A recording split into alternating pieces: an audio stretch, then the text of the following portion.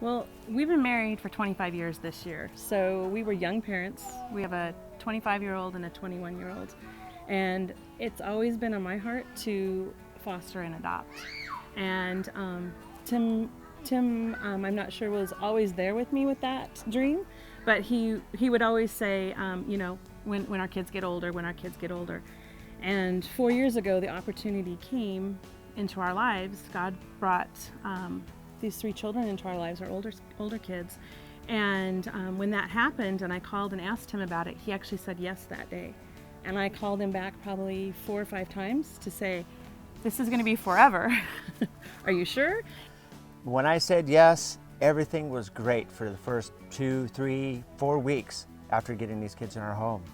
But after that, I started realizing that maybe it wasn't as good as we thought it was, and started having doubts about the direction we were going.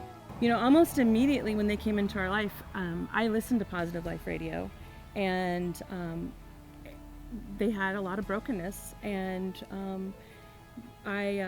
we got boom boxes for their bedrooms, and they would listen to Positive Life Radio in their bedrooms and in the car, and it would help them calm down, and even in the moments when there was when they were having a really hard time to calm down, the music would be playing and Tim and I would go in with them and maybe hold them, or both of us would go in and hold them, and we would have that calming music in the background. And so our 2 youngest children that we adopted, they came to us at 6 weeks old, and he was only supposed to be here for 10 days. And after 3 placements that didn't work out, the social workers, called us and said, it's not working. And I called Tim and said they haven't been able to find a placement for him. And then Tim said, he's supposed to stay with us.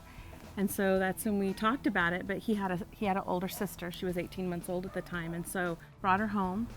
And we didn't know at the time if they were, going to be with us long term or short term or however long. But we were open to that.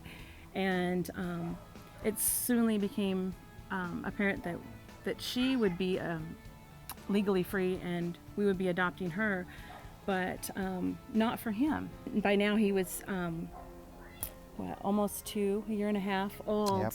And he was a part of our family, and he had bonded with us, and we were the only parents he knew. So that was really difficult. We at that point we really had to we had people surrounding us with prayer and praying for us, because there was a point where I ended up in the hospital because I was so heartbroken, and having people pray with us. And I got on your radio station, on your website, and your prayer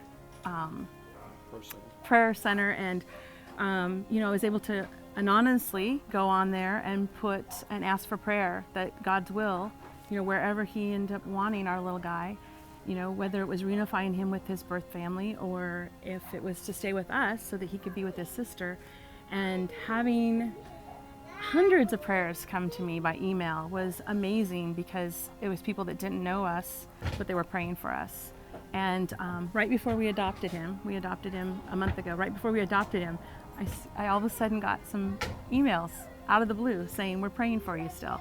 And that was like, to me, that was like a little God thing, because I hadn't went on there and even updated. I kind of forgot about it after,